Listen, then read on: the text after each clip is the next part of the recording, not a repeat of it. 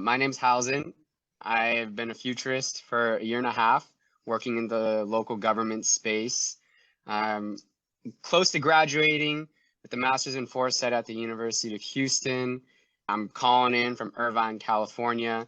Everything in my career is around empowering people to create the futures that they want. I went through a executive mentorship in this leadership development program.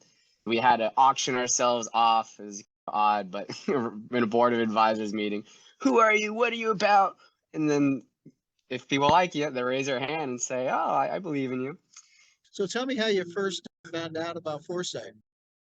It was while I was an undergrad, my major was in data analytics. And so this man raised his hand and he was like, oh, I work at Disney. I can help with data analytics. And I was like, okay, cool. He works at Disney. Like, it could be an opportunity for a job. And so after the board meeting, he and I talked. He was the head of HR at Disney. He said, I can introduce you to some people with data analytics at Disney, or I can teach you about this long-term planning thing. It's about the future. And I was like, whoa, what is that? That sounds a little weird. He works with Kedge, so it was the Kedge approach. The first session we had, I felt myself cry. I was like, wow, this exists. I just did not think that something like this that fit what I wanted existed in the world. And what are the chances that here I am getting taught that this exists at such a young age? I remember him saying, I'm 60 something and I just found out about this. Imagine you're 20. So you've got a whole journey with this. So yeah. So you learned about futures as an undergraduate. Do you think you could have learned it earlier than that? Could you have taken it in school at all? Yeah, I think I could have. It wasn't offered, but I definitely think it would have been very helpful and my life would have been way better in terms of having agency and choosing where my life goes. It just was all narrowed in on this one point, and there's really nothing I could do about it. So if you had something to say to people who are running schools and teachers in that, from your perspective, why should we be putting this into schools now?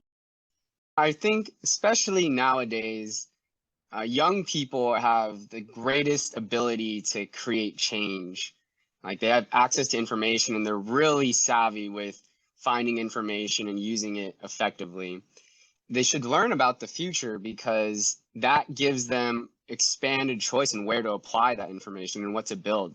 They can actually work towards their dreams earlier and faster and be less locked into choices that might be a result of trauma or what other people want out of them. They get to choose. They're in the driver's seat of their life way earlier. And I think that's really in the best interest of schools too.